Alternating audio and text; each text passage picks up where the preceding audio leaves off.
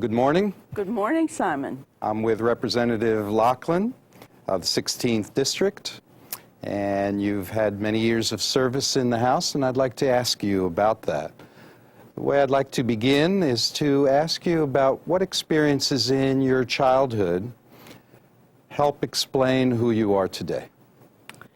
Well, I guess I can start with my parents. My father came here with his twin brother from Armenia in 1913.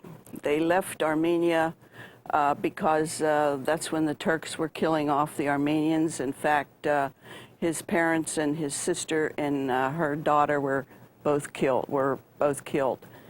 So he landed in Montana and then to North Dakota. He worked for the railroad, and it was so cold there, he used to tell us it was 30 degrees below zero there. So he had a friend in Pennsylvania, and they were writing to each other, and he told him, why don't you come down to Pennsylvania? You can work in the mill, it's warm there. You don't have to work outside like you did at the railroad. So him and his brother did go to Pennsylvania. And in between there, I don't know when it happened, but my father did serve some time in the Army. He was a cook there. And I don't know how he got along there because, you know, he didn't speak much English. But I guess he eventually learned it. And in fact, he even learned to read and write in English. And while he was there, he was 20 years old when he first came here. While he was there, about almost 15 years, his friend said that, you know, he's got a nice lady over in Beirut. And he said, why don't you send her your picture, and I'll tell her to send you her picture. So that's what they did. They liked each other's picture. And he sent her money to come over here. And whenever she got here, he said, you're not the woman in this picture. And she says, well, if you don't want to marry me, I'm going back. And he said, well, his friend then said, well, no, if you don't marry her, I'll marry her. But that didn't happen. They both got married and raised 4 children. And to tell you the truth, I don't know how we ever learned English. Because we only knew Armenian. That's how they talked. That's how they spoke to us in Armenian. But somehow, I guess playing with other kids, we learned until we went to school. But I know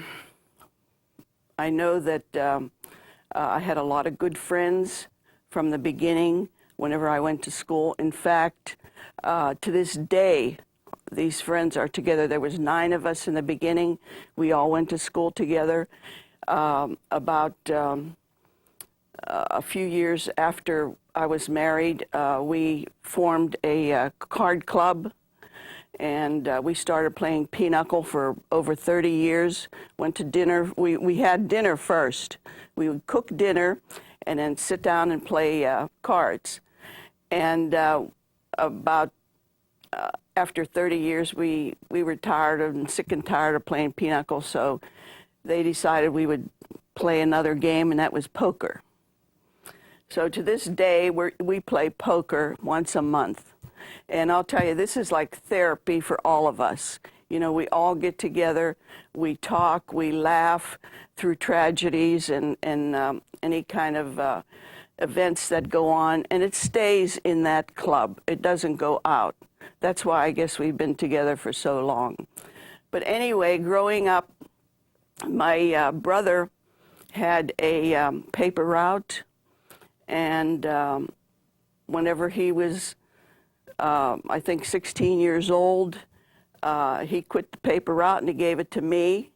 And then I had the paper route until I was 16, and then my other sister had it.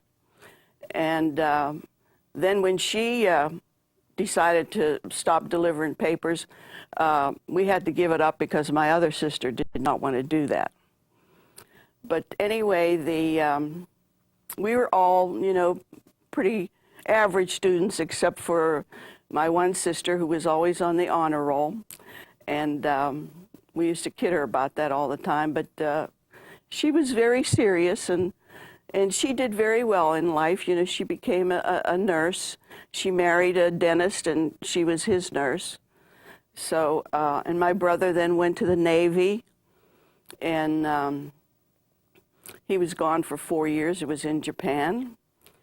And I was working in a shoe store, and one day I was sitting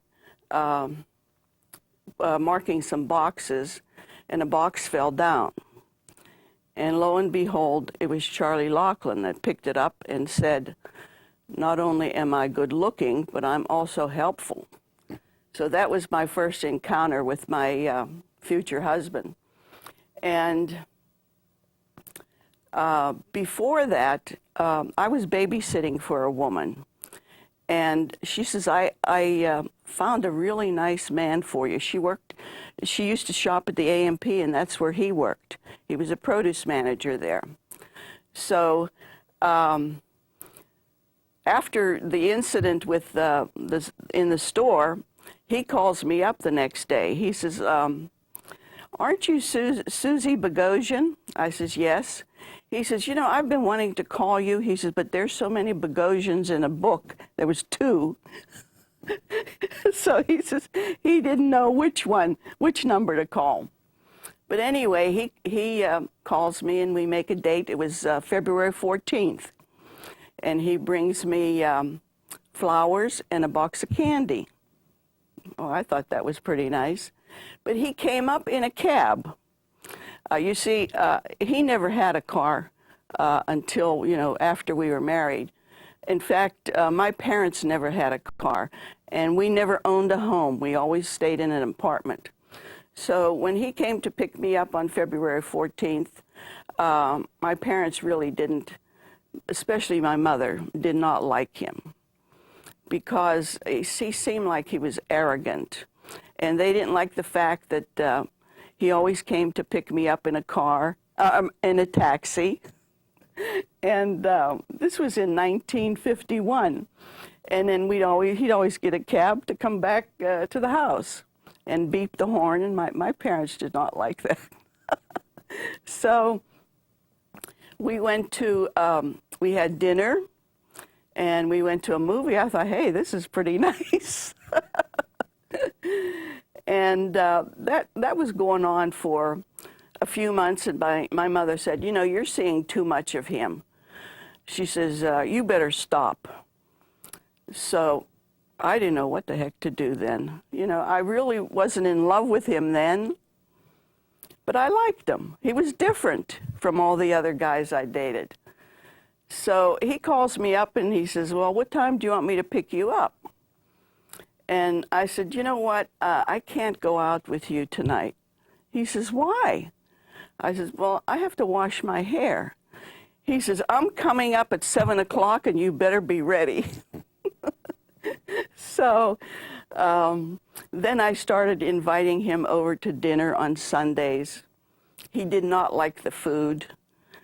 It was Armenian food. He says, you know, he asked me what my nationality was. I said, "Armenian." He says, "What's that?" And whenever I told him, he had never heard of an Armenian. But anyway, another few months passed, and we're walking on the street, crossing the street on 11th Street in Ambridge, and he says, "Let's get married." I says, "Okay." So the following week, we went to Pittsburgh. We picked out a ring for him and a ring for me, a wedding ring for me. So we come home and showed my parents, and my mother says, "That's not an engagement ring." And I said, "Well, you know, that'll come later."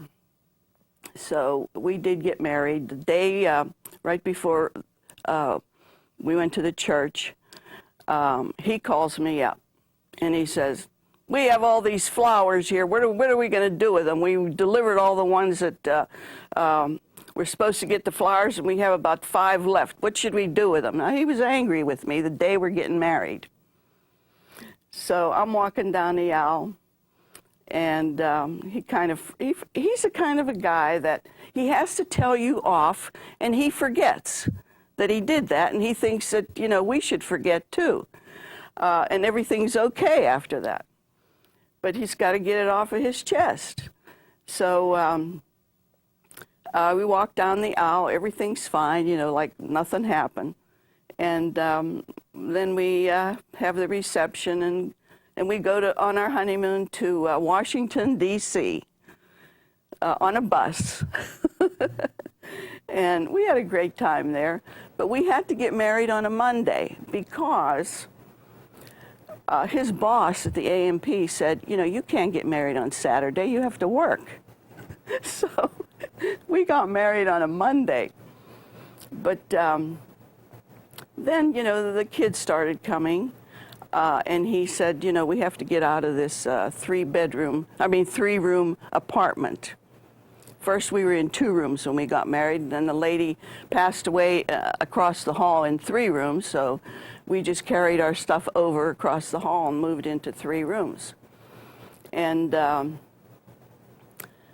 whenever my daughter was born, he said, you know, we have to get out of here. So he found a house in Conway, and we moved to Conway.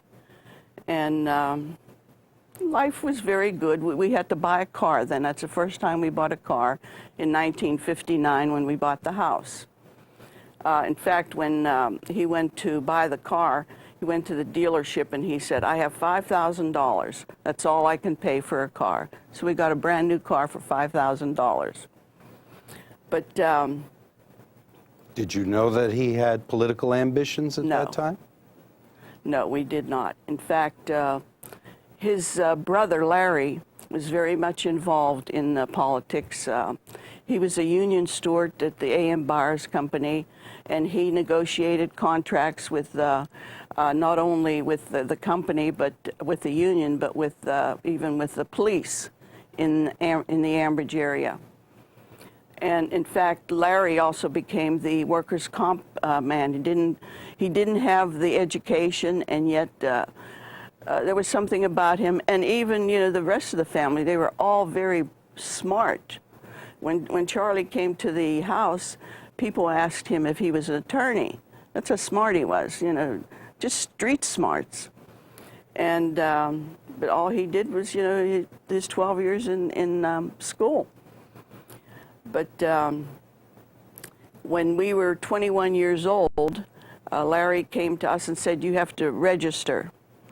So we got registered and we started voting. And I don't think we missed any voting days. And then about 1965, I have a son also. He's the firstborn.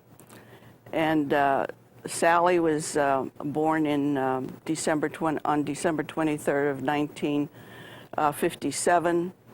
And in 1950, when was it? 1965, she had gotten some pains in her stomach. And she was home from school for about a week, and the pains were still there. So I took her to the doctor. He couldn't find anything wrong with her. So they took her to the hospital and still couldn't find anything wrong with her. They took out her appendix, and she was still sick. So then the doctor said, you know, we better take her to Children's Hospital. And Children's Hospital did a biopsy under her arm, and they said that she has Burkitt's African lymphosarcoma. And I said, well, what's that? And he says, that's the kind of cancer she's got. So, you know, we were devastated. We didn't know what was going to happen next. So she was going through chemo and radiation. And It was only 6 months since she started getting the pains that she passed away. And Charlie could not deal with that. He could not. He wanted, right after we buried her, he wanted to leave. He says, I want to get as far away as possible from here. I says, you know, no matter where you go, she's going to be with you.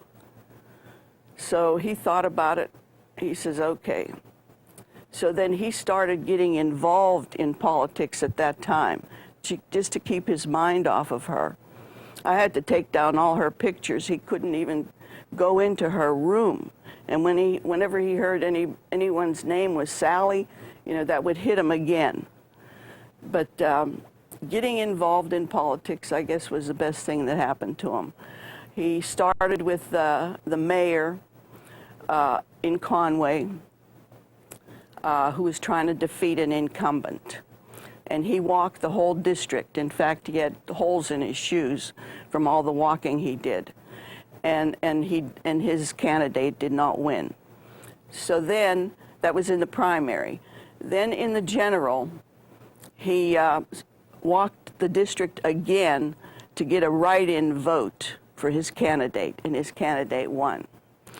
So that's what started it all, and then he joined the Young Democrats. And then whenever the open seat came, Bob Hamilton was the member, and he was in for, I think, 32 or 34 years, and he was retiring. So he says he would like to run for that seat. I said, okay. There was 4 other candidates. And, of course, he came out on top. He won that election. And then in the general, the senator, Jim Ross, who was running for the first time as Senate, he was a county commissioner, they were on the outs. Charlie and Jim Ross were on the outs, so the senator did not support Charlie, and he only won by 69 votes. And after the what do they call it? He had a I can't think of the word, but anyway. Runoff, you mean? Yes. Runoff election. Then he only won by 21 votes. So that's when I got involved. When he got sworn in, I thought, you know, he's got to run in 2 years. And if he loses, he's going to have to look for another job. Although he said, you know, if I have to dig ditches, I'll do that. He was a hard worker.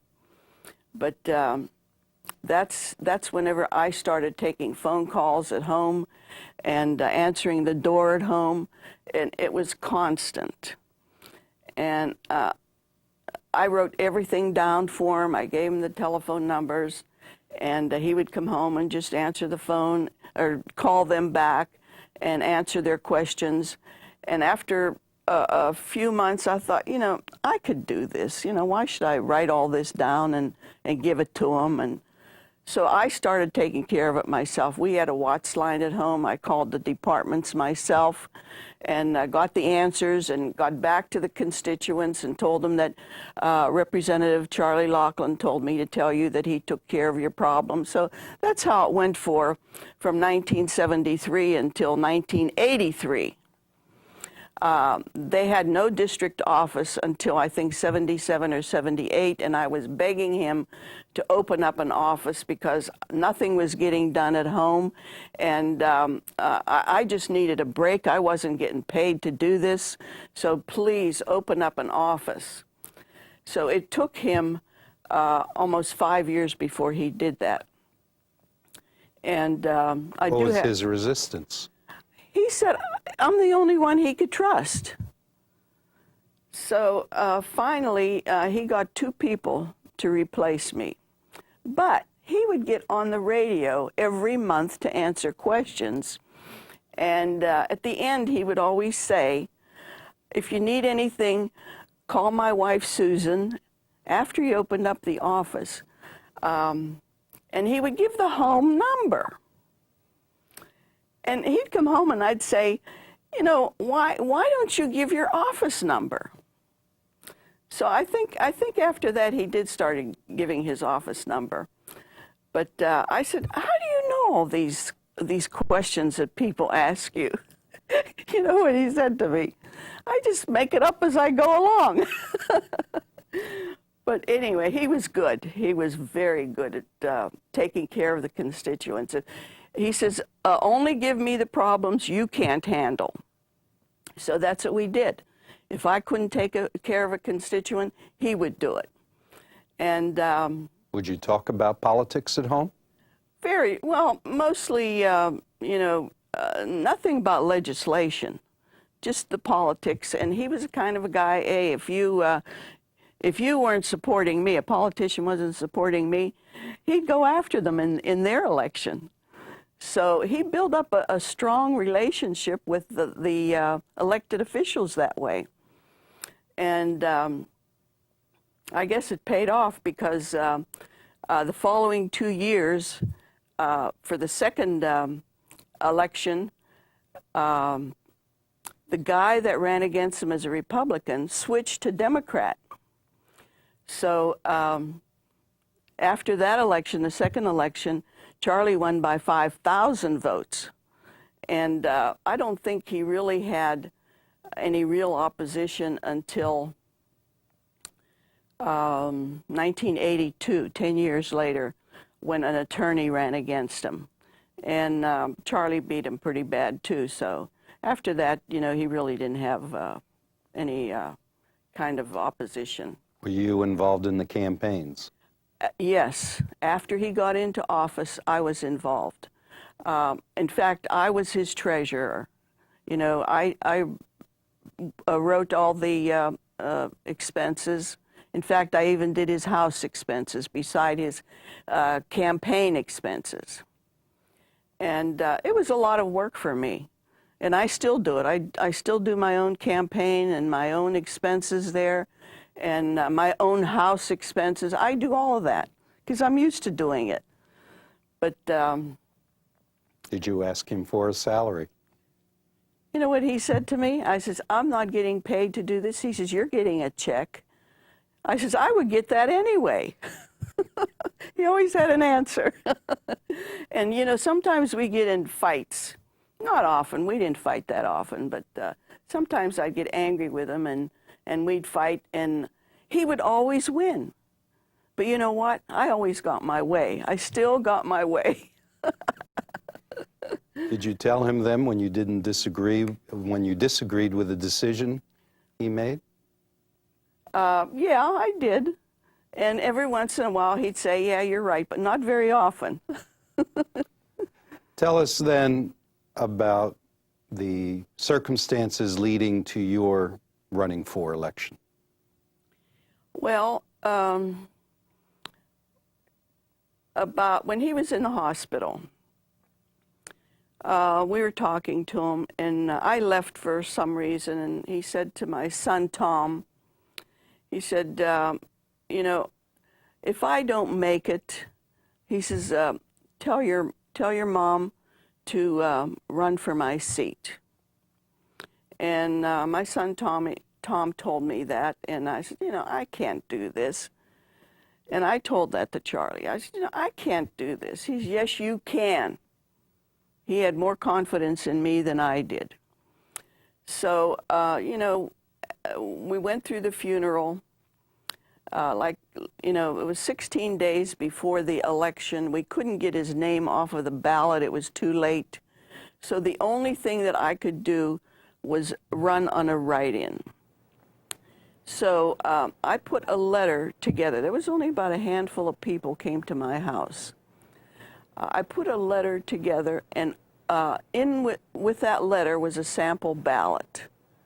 And the letter told you exactly where to place the stickers that I had in the envelope. And so that's what we did. We sent them to the whole district.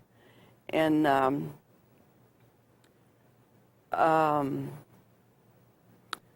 I even was working the polls, and we had people at the polls with stickers just in case. But unbelievable, people had their stickers in their pockets. They couldn't wait to vote for me.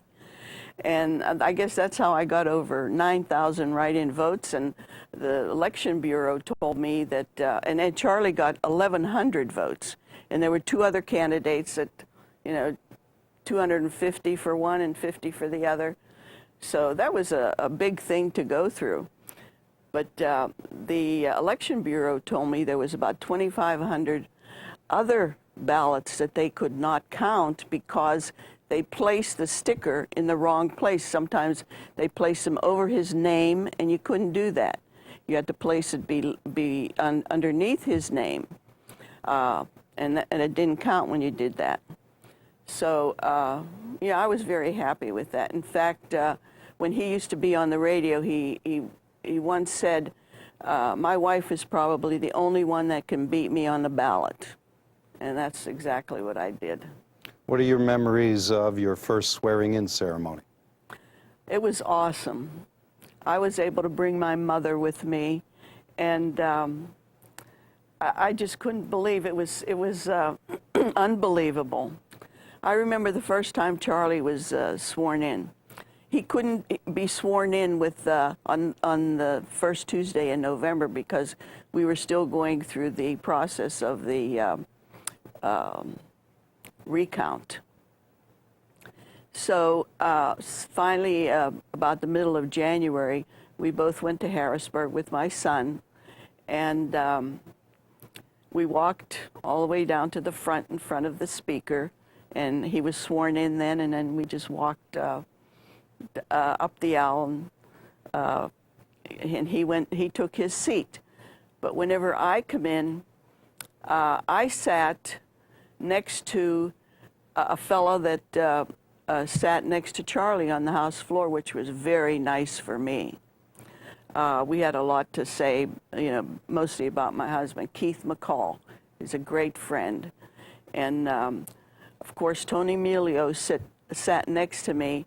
And that was one of the best things that could happen to me because, my husband, 9 months later, I'm on the House floor. And this fellow that kisses everybody and hugs everybody, he was kissing me, I don't know how many times a day. He would hold my hand while we were sitting on the House floor. He was so concerned about me. And that made it so much easier for me. And I really appreciate, that he was that way with me. But that's all it was, and his wife knew that, he kisses everybody. He'd come in here and he'd kiss you. Did you have other mentors when you were in the House? It was mostly the people that knew my husband, the members, because they would all come up to me and talk about him, what a great job he did as the consumer committee, and they still talk to me about him. I mean, they think of different things that he did and said, and they think that he was the greatest. And then in your service, you also were on the consumer committee. Yes. I guess they figured, since he was the chairman, they'll put me there too. What do you consider your accomplishments then in the House? Well, as far as legislation goes, I looked to see, some of the things that he had been working on. And the first thing that I thought of was when the people were coming to the office after I got in office about the losing their homes because they can't pay the property taxes. And I said, well, you can make payments. But, at the time, he was gone, and that bill only went from year to year. You had to keep introducing that same bill that would give you the option of making payments on your property taxes in order to save your home. So that was the first bill that I passed where it would just be an ongoing thing. We would never have to introduce this again. And I just think that was a great thing to do for the constituents back home. But one other thing that I did was from the Aliquippa School District. They wanted that two-tier taxing because all the mills were closing down, and not only closing down, but they were actually removed. And so they lost that revenue there. So then in order to get more money from the property, they said, why don't you have the two-tier taxing where they would still have to pay a higher percentage of taxes on that property, and then lower the residential. So it seemed to have worked because they were able to get more revenue from that. And another thing that I had done that I'm quite proud of is I had sponsored a resolution to form a site committee to look for a site in southwestern PA for a national veteran cemetery. So there was myself, my Senator Gerald Laval, Paul Semmel, who was the chairman of the Veterans Committee, and John Pippy at that time was a representative before he became a senator. So we toured, I think, 7 or 8 different sites in southwestern PA. It had to be no more than 75 miles away from Pittsburgh. So we did find a site that we all agreed on, and right now it's, the funding is there, it's being built, it's not complete yet, but I understand that, a certain section of it is able to be used. But I think some of the greatest things that I have done, I'm very proud of. Whenever, I think it was just a couple years when I was in office, I was able to get $850,000 for a brand new road in Baden, between Baden and Harmony Township. And after that, in 1992, with redistricting, and I acquired Leetsdale. Now I acquired Allegheny County. I didn't have all of Beaver County now because of the mills closing down, the people moving out. I had to pick up 7,000 population because you need 60,000 for each representative, 60,000 population. So whenever I acquired Leetsdale, the elected officials came over to me with open arms, and they said that we need an overhead bridge, just like you have in Ambridge. Bridge, just like you have in Ambridge.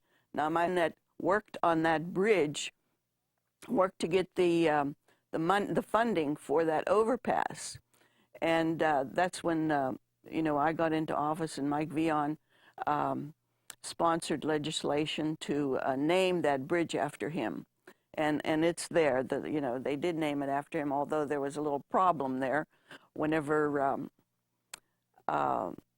the bill came to the House floor, there was another member's name on there, and one of the other members did not want anything named after him, so that bill went down. And then Mike Vion again sponsored a bill, a standalone bill with just Charlie's name on it, and it passed handily, unanimously, I should say. So the people in Leetsdale that came to me and they said, we want an overpass too in Leetsdale, because you had to cross over a railroad crossing to get to the industrial park in Leetsdale. So I looked into it, and the PUC is the one that decided, and PennDOT, that they were only going to put a stacking lane in, but you still had to go across the railroad crossing. So then I worked on on PennDOT, the PUC, and I wrote letters, and I went to the Transportation Commission meeting and requested money for that overpass. And just like that, okay, we'll give you $7 million. But that was in '92, and that still isn't built, but they've gone through all the phases, and they're working on the right-of-ways right now, And they say that they'll probably break ground in 2005. So I think that's a great accomplishment. Also, I don't know what it is with PennDOT. I get along great with them. Henry Nutt Brown would come down once a year. Of course, I talked to him many times on the phone and saw him at many meetings, but once a year, we would get in a car together and we would go through the district. And I'd say, Henry, we need this resurfaced. We need another resurfacing somewhere else. So, and he always came through for me. And then we worked on, I don't know if you're probably not familiar with Aliquippa. They have what they call Constitution Boulevard, which the road was the worst in the whole 3 counties area. And Henry Nutt Brown then retired, so Ray Hack took his seat, and me and Ray did the same thing. I says, Ray, we got to have money for this road. I says, even the governor, Ridge, was coming to Aliquippa, and he says, this is the worst road I've ever been on. And I told him that, and he says, okay, we'll get some money from Aliquippa, because Aliquippa got $25 million for a brand new Ambridge-Aliquippa bridge, and there was money from there that they could use. So they used some of that money plus what PennDOT had. And it was just, I think 3 years ago, they said, okay, we have all the money in place. We're going to start. So last year, they started with 51 in Aliquippa. So it should be completed sometime next year. But the hillside was so bad that, they would have to close that road many, many times because of the slides. So now, we have that in place. What are your frustrations reflecting back on your service? Well, I think the frustrations are whenever you go after something and nothing happens. Then you keep going after it and writing letters and talking to different organizations, different people, until finally I think they get tired of hearing from me, and, and they say, go ahead, give it to her. Reflecting back, what do you think is a key to success in getting legislation through? Well, to tell you the truth, you have to talk to the members. With this, the two-tier taxing, Matt Ryan was a leader at the time, and he said he did not like that bill. So when it was up on the floor, I went over to Matt, and I said, Matt, please don't get up and say anything about this bill. And he didn't. So we were able to get it passed. Why do you think he did that for you? I think he had an affection for my husband. He came down to his funeral, and he gave a fantastic speech, and he called him a statesman. And I think there was a good friendship there, and I felt the same about him too. In fact, all the times that I had opposition in the general, my opponents really never had a lot of money from the Republicans. And I went up to Matt one day and I said, you know, Matt, I says, I want to thank you. He says, why? I says, because you never put any money into my opponent's campaign. He said to me, Republicans don't believe in wasting money. How about the Democratic leadership? How would you categorize your relationship? There was a good friend of ours. My husband got him his first job when he got out of college, helped him become the controller of the county, and he was designated to take over when Charlie retired. So after that first campaign, getting ready for the second one, he came to me. No, this was the third one. This was the third one because the second one was the fellow that worked for my husband for 5 years ran against me, Sam Kovalenko. And he ran this last time, but on election day, he shot himself. And I don't know if you read that in the paper. But, you know, him and I became friends after that. In fact, his mom asked me if I would write a letter of recommendation for him because he couldn't find a job, and I did. And, you know, we were friendly again. We were still friendly during the time that he ran against me. But this third time that I ran in 1992, my friend, who's a controller, said, let's have lunch. I said, okay. So we sat down. He says, you know, you said you were only going to run one time. And I said, well, I changed my mind. So he decided to run against me in 1992. And I beat him 2-1. But that was, you know, we had the same political friends. They had to make a decision on who they were going to support. And, you know, they supported me. And I was very grateful for that. But after that, you know, Rick Toastmack is his name, we became friends again. It wasn't a really nasty campaign, you know, but he did sue me because I said something that I thought was true about the controller's job. And he sued me, so I had to send a letter out to all the constituents saying that, you know, this was a mistake. And it cost me about $10,000. But anyway, you know, we got through it, and we're still friends to this day. And I thought possibly he would run this time, but he didn't. You know, he's got a little boy now, and you know, he said he wants to stay home with his family. Did you enjoy campaigning? No, I do not like to campaign. I have never knocked on a door. My husband did all of that for me, so I didn't have to. And everyone knew me, you know, in Beaver County. It was a 4-1 Democrat district. It's now 2-1. So I just couldn't do it. You know, I stayed in the office and I worked. People would come to me, I'd take care of their problem. So that was the campaigning I did. Of course, I didn't campaign in the office, but I just felt that, you know, I didn't need to do this.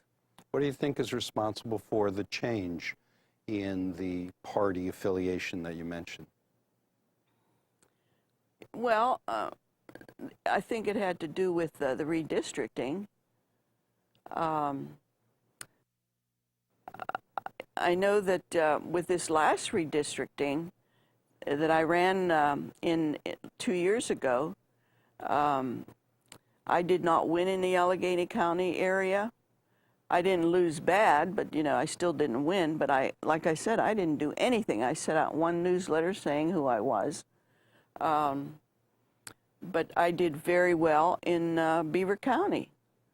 And I think that, and I know that the guy that is replacing me, Sean Ramaley, did well in Beaver County.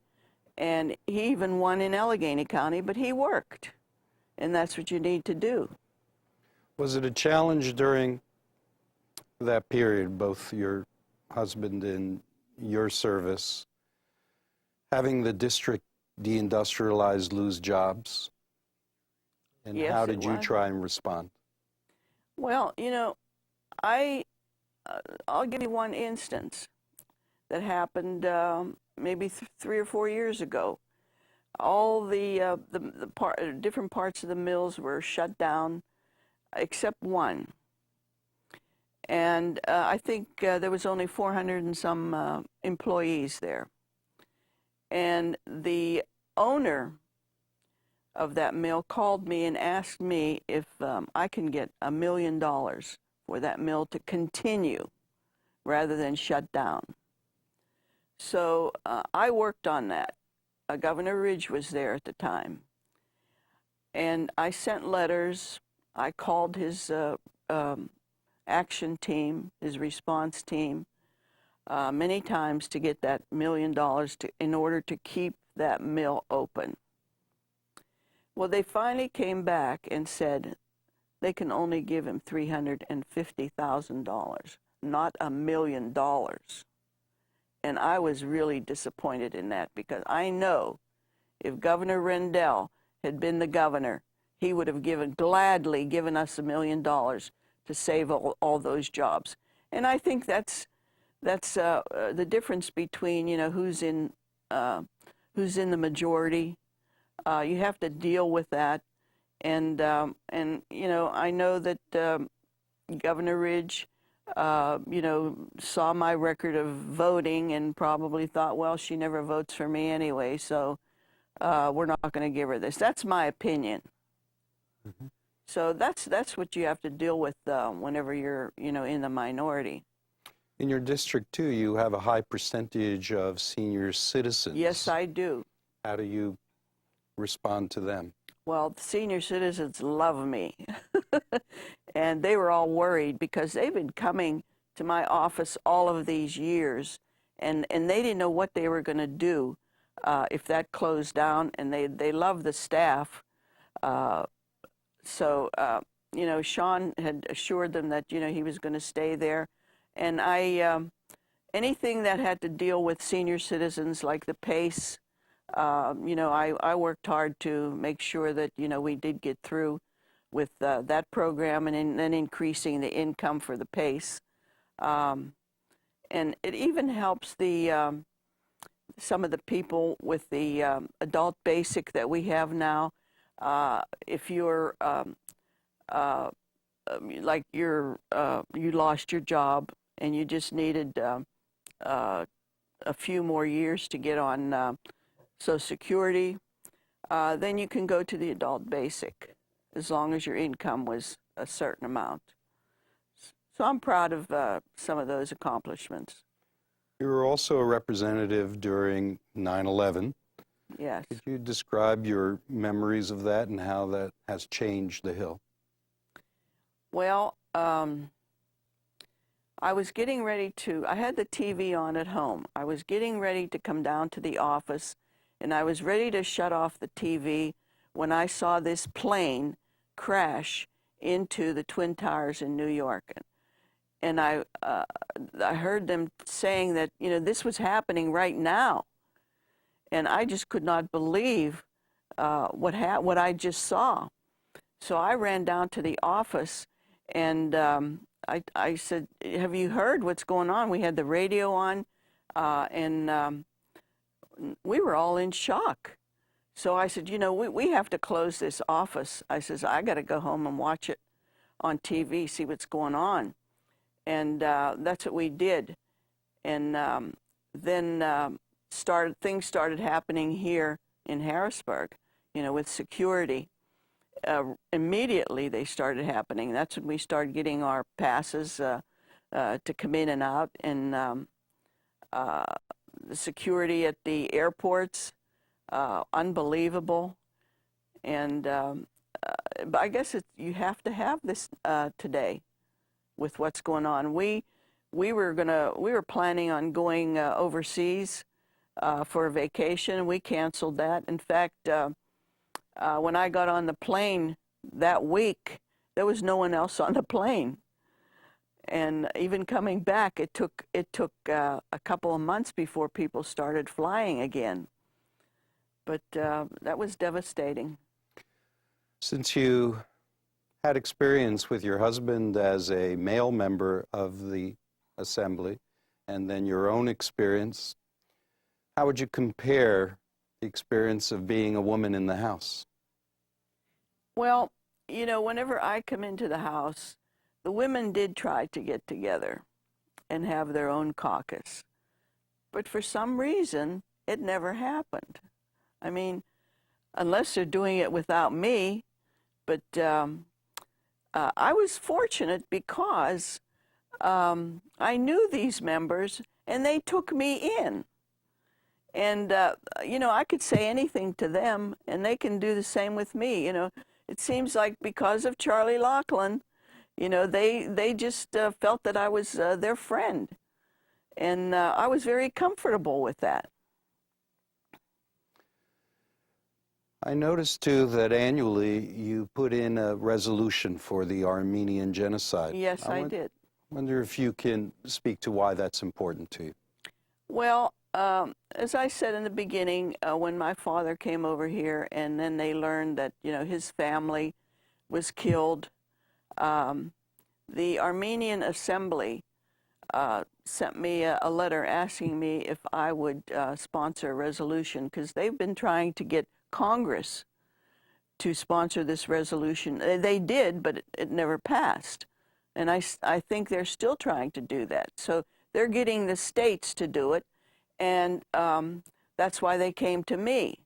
And I said, sure, I'll be happy to do it. I did have a little problem with the first time, and I don't understand why. They said, you know, they said, okay, we'll put it on the calendar, but it never reached the calendar. So finally, after pressuring, they decided, okay, we'll let it go on the floor for a vote. So I think I must have sponsored at least 3 or 4, and then whenever Dalen Leach was elected about, I guess, 4 years ago, he called me up. I was in the office. He called me up, and he says, hey, you sponsored this Armenian resolution. He says, are you going to do it again? I says, he told me his wife was Armenian. I says, look, you do it. So he's been doing it for the last 2 years. I'm sorry. I did get someone from Philadelphia to come in and talk to me because she had heard what I had done, and she says, well, you know, this didn't happen. I says, I don't know about that. I says, I know what happened to my father's family. I says, so I believe him.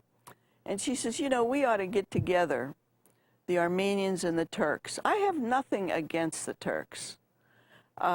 It's only through, you know, my father. You know, if he saw somebody on TV that was a Turk, he'd turn off the TV. That's how strong he felt. But I said, you know, I know it happened. And she tried to talk me into getting together with the Turkish people. And I said, no, I'm not going to do that. So I haven't seen her in 5 years. What do you think have been the major changes in the House in your term? Well, the major changes are, you know, who's in power. There's, I guess there's more women than ever before. I think someone said that there was only 112 women in all the years that this legislature has been in, whereas there's thousands of males. But like I said, you know, I'm comfortable with. I'm always surrounded by men, which I don't mind at all, and they've always been very good to me. How about technology in the time that you've been involved in the House? Has that changed the way that a representative works? Definitely. In fact, sometimes I think, you know, with our laptops on everyone's desk, sometimes you don't know what's going on the House floor. You're going through your laptop, going through the emails, and many times I have to ask Keith. I said, Keith, what are we voting on? I hate to say it, but it's true. And then there's other bills where I'm very much interested in, and then I just, listen very carefully. What were you thinking of in preparing your farewell address to the House after so many years being involved? Well, I didn't know how I wanted to do this. And I even said to my son, I said, what are we going to do here? I got to make a speech. What should I talk about? And first I asked Keith. I said, Keith, what kind of a speech should I make? He says, make it personal. So I told my son that's what we should do. So, and we should also make it kind of humorous too. And I guess it worked out well because so many people were saying they really enjoyed it. And in fact, one woman sent me an email that has been working here for 33 years. She said, this is the best speech I've ever heard. And they've been calling to get that first part that I read about old people having fortunes, with the silver in their hair, gold in their teeth. And I have 5 companions, willpower when I get up in the morning, arthritis, and there's 3 others, and I just can't remember them right now. What do you want your legacy to be? I think whenever people think of me, I want them to say that, she always returned her phone calls. She took care of us. And even if she couldn't take care of us, she would call us and tell us that, I can't do this for you. I'm sorry. But maybe some other time. Sometimes people come in and say, I've lost my license and I need to get my license back. I said, well, I'll check in the Department of Transportation. They got a couple DUIs. I can't help you if you have any DUIs. I said, you have to go through the system. But there was one very humorous story of an elderly gentleman that came to the house, or came to the office and said, I need some help. I said, I have a problem. He says, I was praying to Charlie for a week. I says, who? He says, Charlie, your husband, did you forget about him? I says, oh, okay. So he told me what his problem was, and I says, look, Bill, I'm going to see if I can help you out here. I says, I'll call you in a day or two and tell you one way or the other. So I called him up a couple of days later, and I said, guess what, Bill? Charlie answered your prayers. And then there's, I have a file on an inmate constantly writing me letters. And they're nice letters. They're long letters, but they're nice letters. He's always asking for the Pennsylvania manuals. So I'll send him a Pennsylvania manual, and he tells other inmates. And then they call me. They want a Pennsylvania manual. And then he'll call me for other pamphlets, and we'll send it to him. And he's always God blessing me. You're in my prayers, and I'm sorry you're retiring, but thank God we had you for all these years. And I don't know what he did. I don't know how long he's going to be incarcerated, but I'm saving that file. If you had advice for new representatives being sworn in, what would it be? I think that the best thing is to make sure that you take care of your constituents. I mean, people would come to my office without appointments. You don't need to have an appointment to come and see me, and that's what you should do. I think you should try to get along with the Republicans. And I know that I've made a lot of friends with the Republicans. They like me and I like them. And I think you can talk to them whenever you need some legislation passed, explain it to them, and make them see why this is so important. And you know, I think you're going to be successful if you just do that and try to do what is best for your constituents. And I think that, you know, if you keep doing that, you're going to be reelected over and over again. What does the future hold for you? Well, you know, in the last 16 years since I've been in office, I've been all over the world. My son and I and his wife and my grandson take off 4 times a year. You know, Easter, Christmas, Thanksgiving, and then we take a extended vacation for the summer.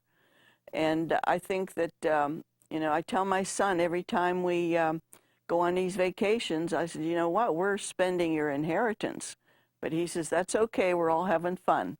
So, but I'm looking forward to doing some more travel. I'm glad I did it over the years because I'm starting to slow down now, and I feel it. I'm 72. I started to feel it when I was 70. And I don't know how much more travel I can do, but I got to take care of my house first because it's a mess. Was it hard deciding not to run again? No. No, it wasn't. I mean, that travel back and forth is really got to me. I've been flying for quite a few years. The last time I drove was coming back from Matt Ryan's funeral. It was at night. There was about 10 18-wheelers in front of me. I don't know how many were behind me. And it was dark, and I couldn't take it anymore. So they were going 70 and 75 miles an hour. So I passed them all going 80 miles an hour. And I thought, I'm never going to do this again. And I haven't. Was it difficult then, or a disadvantage, having your district far away from Harrisburg? Well, I was hoping that they would move the capital to Pittsburgh, but that's never going to happen. It is difficult being so far away. Not as difficult as anyone from Erie, though. You know, that's a 5.5-hour drive. For me, it's a 4-hour drive. Well, I want to thank you very much for sharing your memories and your experience with us. Well, thank you. I was happy to do this.